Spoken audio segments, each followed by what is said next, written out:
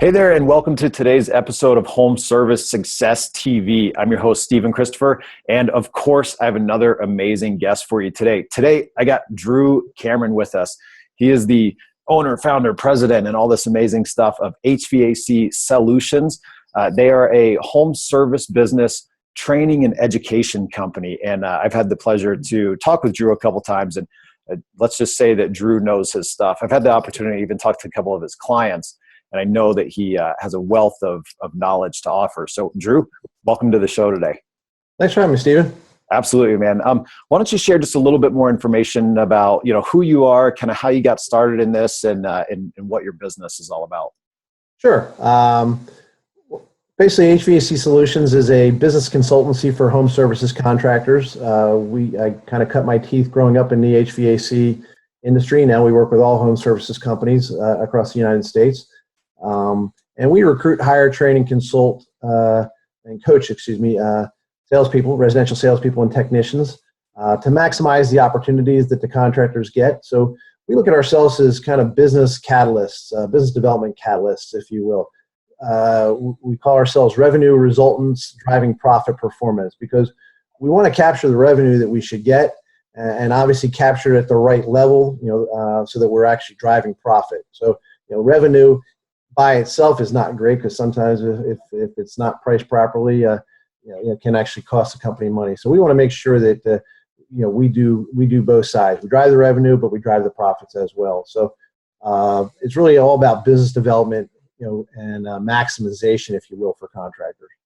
Awesome, cool.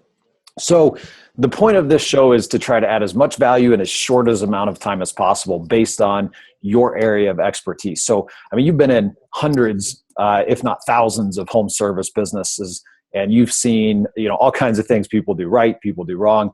If there was, let's pick one topic that maybe is kind of one of the top things that you see that when people start to focus on this, it's relatively easy to fix or improve, but it has a pretty dramatic impact on their bottom line and accomplishing the goals that they want.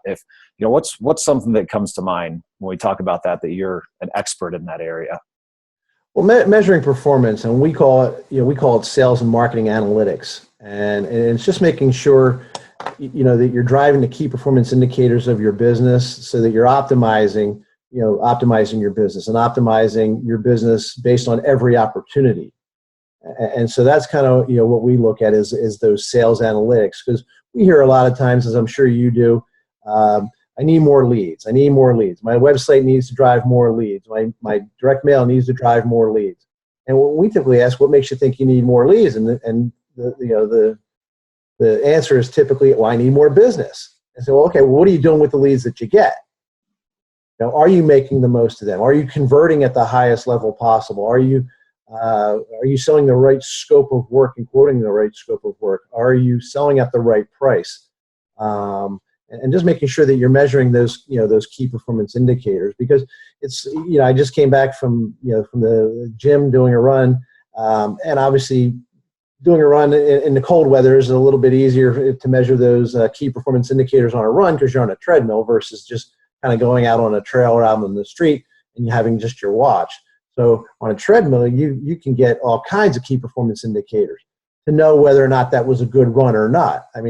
Otherwise it just makes no sense to really track your performance at all if you're just going to just go for a casual Sunday stroll. But if you're trying to either train for a race or measure your past performance versus current performance, the only way to do that would be to measure some level of key performance indicators. Your business is no different, right? So we want to look at at sales, at closing ratios, at revenue per lead, at average ticket, and several other factors there to know whether or not we're optimizing every opportunity.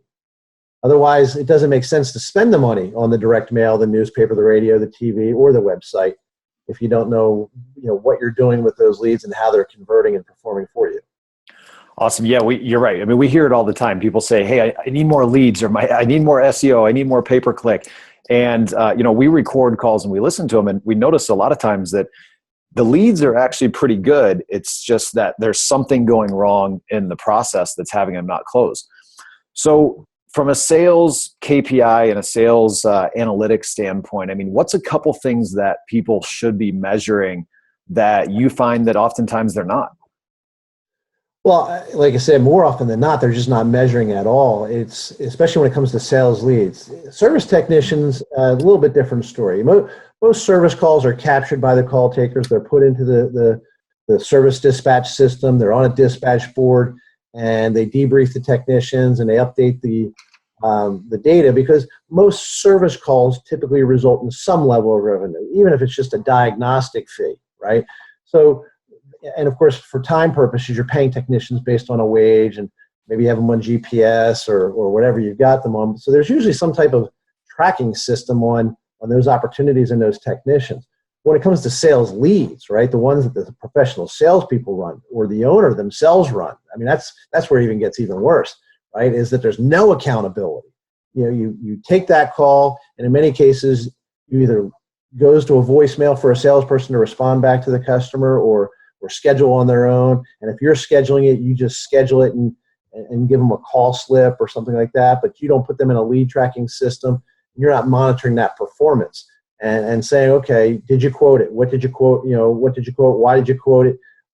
Did you sell it? If not, when are you going back? If it didn't sell, why didn't it sell? If it sold, what scope of work sold? All of those things, and just really tracking those leads and understanding where you stand at every opportunity. I mean, we look at it from a contracting perspective.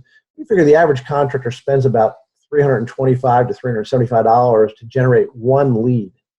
And so if you don't track it, I mean, you might as well just give that $375 to the salesperson and say, go to the casino or just go drink it away or just have a little bonfire with it. So we want to know where you stand with those, because think about this. You're tracking a service call.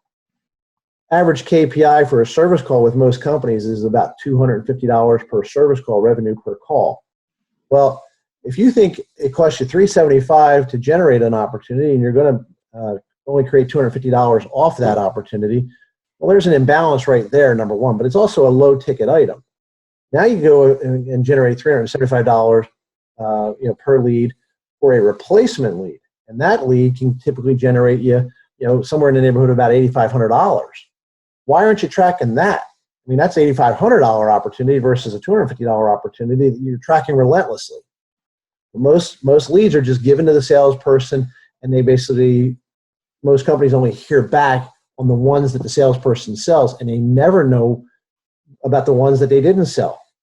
And most salespeople are creatures of habit. They focus on what's hot and not what's not.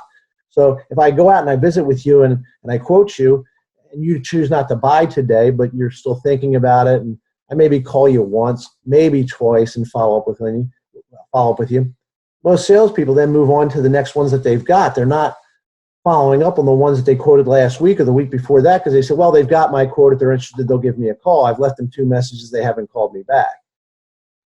So you've got a flawed sales process, number one, and you've got lack of accountability, number two.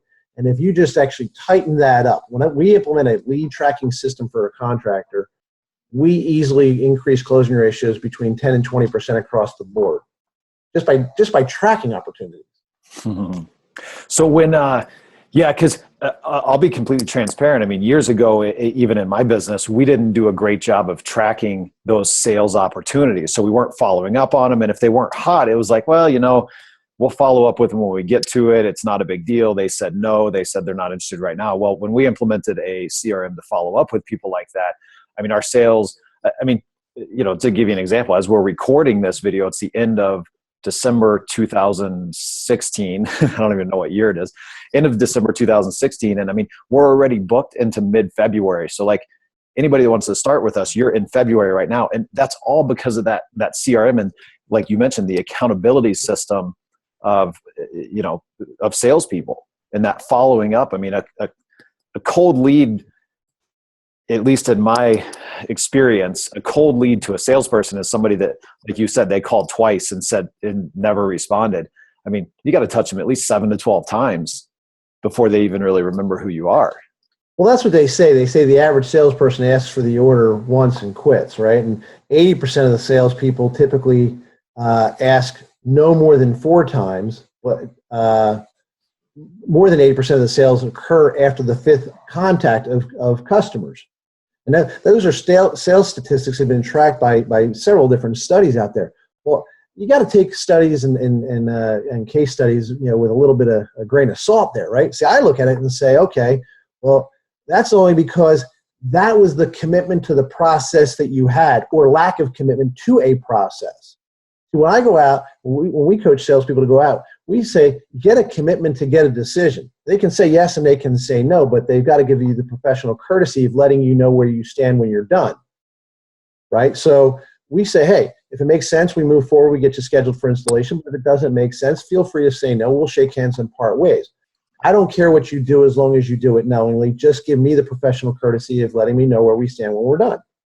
And when we implemented that into our sales process years ago, back in the 90s, we found previously we were quoting, let's say 100% of things. 85% of the time we would get a decision on a follow-up phone call or a follow-up visit.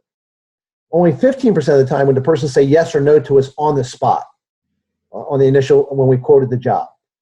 When we basically started telling people they could say yes or they could say no, it didn't matter what they did as long as they did it knowingly, just let us know. 85% of the people started letting us know right on the spot, and we only had to worry about 15% in the way of follow-up. So not everybody is going to let you know. So we got a little bit of leakage, but I'll tell you what, by flipping that metric there was a complete paradigm shift. And by getting people to tell us no, we found that we could get more people to tell us yes, because they felt that they were empowered with a decision or a choice. Most of these people ask you for their business. Okay, if I ask you for your business, you think the only choice is to say yes. So if I'm asking you for the order, you think I want you to say yes. If I ask you, will you trust me with this job? You think I want you to say yes. Therefore, there's a little bit of hesitancy and reservation there. But when we tell a customer, hey, if it makes sense, we'll schedule you for installation. But if it doesn't make sense, feel free to say no. And when we told people they could say no, the yeses then flowed, because now people said, I got a choice. I can say yes, I can say no. He's not pressuring me. And so it was just a simple paradigm shift. And by empowering people with the choice, which is the choice they always had that was given to them from birth, right? It's their choice, it's not mine. But just reminding them it's their choice got more people to actually make a choice versus an indecision. And what most salespeople hear when they ask for the business, they get up their fair share on the spot. But by and large, I'll hear, I want to think it over. I'm getting other bids. Give me a call next week. And now you're in no man's land. You don't even know where you stand and when this opportunity is going to close, if it's going to close. And then you call the people and you're in voicemail jail, and people aren't returning your calls, and you end up closing leads or just forgetting about them because you assume no interest because they didn't respond to you. Mm-hmm. And now we get people saying, you know what, I'm going to do this because of this reason. I want to go with another company because I feel I'm getting better price over there, better value. And now we can at least have a conversation about why they don't want to do business with us. Awesome, man. I love that. And so, Drew, I mean, you have so much knowledge, and we try to keep these short so that people can take one or two actionable things out of it. And so, I mean, that information is absolutely killer. And I'm pretty sure, well, I know for a fact, we're going to have you back on the show to talk about one other thing that we talked about a little bit beforehand. So I'm looking forward to that here in the near future. I really appreciate you taking time to share a very small piece of your decades of experience that, with this very small thing. I mean, sales analytics, you're paying so much money for these leads. Pay attention to what's happening with them. I mean, that's the gist of it. So I really appreciate you taking time to share that today. And why don't you tell everybody a little bit more about how to get in touch with you, where they can find you, and if you want to share anything that your company offers, by all means, please feel free. Yeah, sure. Thanks. Thanks for having me, Stephen. And appreciate everybody tuning in. If anyone wants to get a hold of me, it's Drew Cameron at HVAC Solutions, and you can email me directly at Drew@HVAC Solutions, spelled SELLUTIONS.com. That's also the website, HVACSolutions.com. And if they want to get a hold of me and have a conversation, no cost, no obligation to discuss anything we talked about here today, 1-888 888-621-7888, and that's 888-621-7888. And call me, email me, whatever you want to do, and happy to help. Awesome. Cool. Drew, thanks again so much, man. I really, really appreciate your time today. So for everybody watching, please take advantage of people like Drew and the other people that you've seen in these interviews. I mean, they really do want to help. They give you their contact information for a reason. They enjoy this. They love this. So, if you got value out of today's mini episode, by all means, reach out to Drew. A couple takeaways that I got out of this is sales KPIs. You're paying all this money for leads. I mean, we see it. People pay a lot of money for pay-per-click leads and SEO leads and all the other types of leads you can generate. Make sure that you have some sort of a system that you're tracking that with. Don't just send your salespeople out there and let them pick and choose what's hot today. And if they don't sell it, it just kind of goes by the wayside. So create some sort of a system. And if you want more information about the specifics, get a hold of Drew. I know he has a cool program that he can help with, or at least give you some more specifics around what those things look like to track. That's also flows into the accountability piece. Make sure that you have some sort of accountability. If you're the owner or you're the manager and you're doing sales calls yourself, you got to be accountable just as much as a salesperson would. So make sure that you're following your own system and you're being accountable to it. And then one thing that Drew said that I really liked, which is get a commitment to get a decision. And it's kind of like that 80-20 rule, 85-15, as Drew mentioned. But just get a commitment to get a decision, and that'll allow you to focus on it'll allow you to do two things from what I heard. It'll allow you to focus on the ones that need to be focused on, but also it'll allow you to have an open conversation with a customer about maybe why they aren't going to choose you. So it allows them to say no, allows them to say, hey, I'm going to go over here because of XYZ reasons. Now you or your salespeople can have a much better conversation about addressing that. So thanks so much for taking time out of your day to check this out. It's another episode of Home Service Success TV. To find out more, go to service.biz. I'm your host, Stephen Christopher. Have a great rest of your day.